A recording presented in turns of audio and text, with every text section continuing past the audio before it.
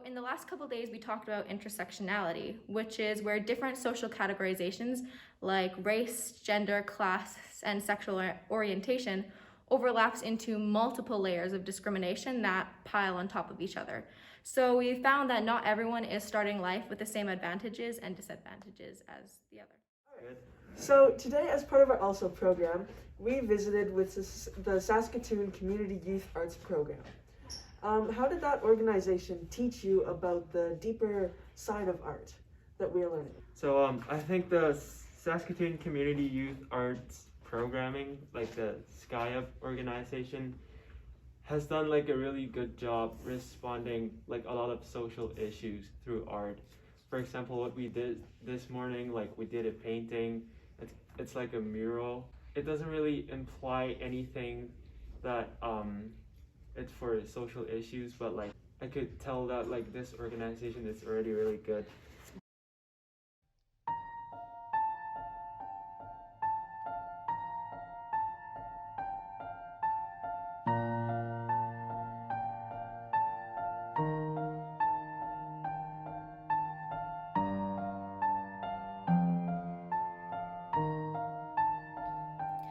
Come alive in the now, where you are, lift your voice, rising above a broken world.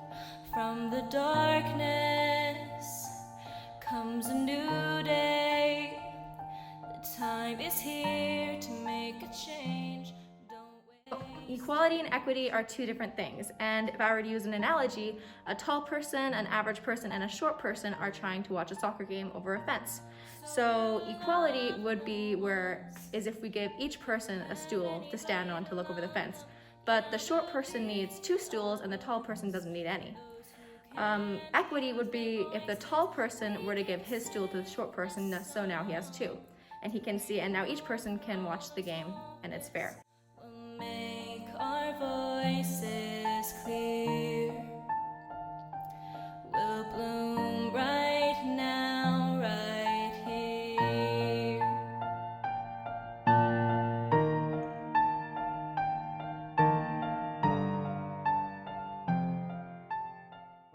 So what is the symbolism behind the art piece, and what was the sort of thought process that went behind the choosing of the societal issues? Back in January, I created this metaphor of a broken pot with a small plant growing out of it, and it kind of represents like the things that I personally have been through and still growing from all of that.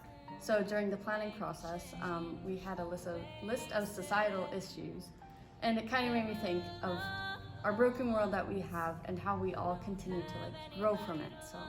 Alright, so what was your starting process for this project? Well, we kind of started with just getting our creative juices flowing. Like we started just dancing. We did a bit of music just to help us get in the right mindset, you know? We'll bloom right now, right here. So in terms of equity, what is justice? Okay, so if I were to use the same analogy, justice would be having a fence that's see-through so that you can just watch the game on your own without the assistance of others. Because right now our system is really broken, and so in order for us to have justice, we need to fix the system so that each person can have the same start in life without help from the other. Ones who don't have anybody to love them, yeah, we'll be a voice for those who can't use their voices. We can sing this song. So in what ways can we become better allies?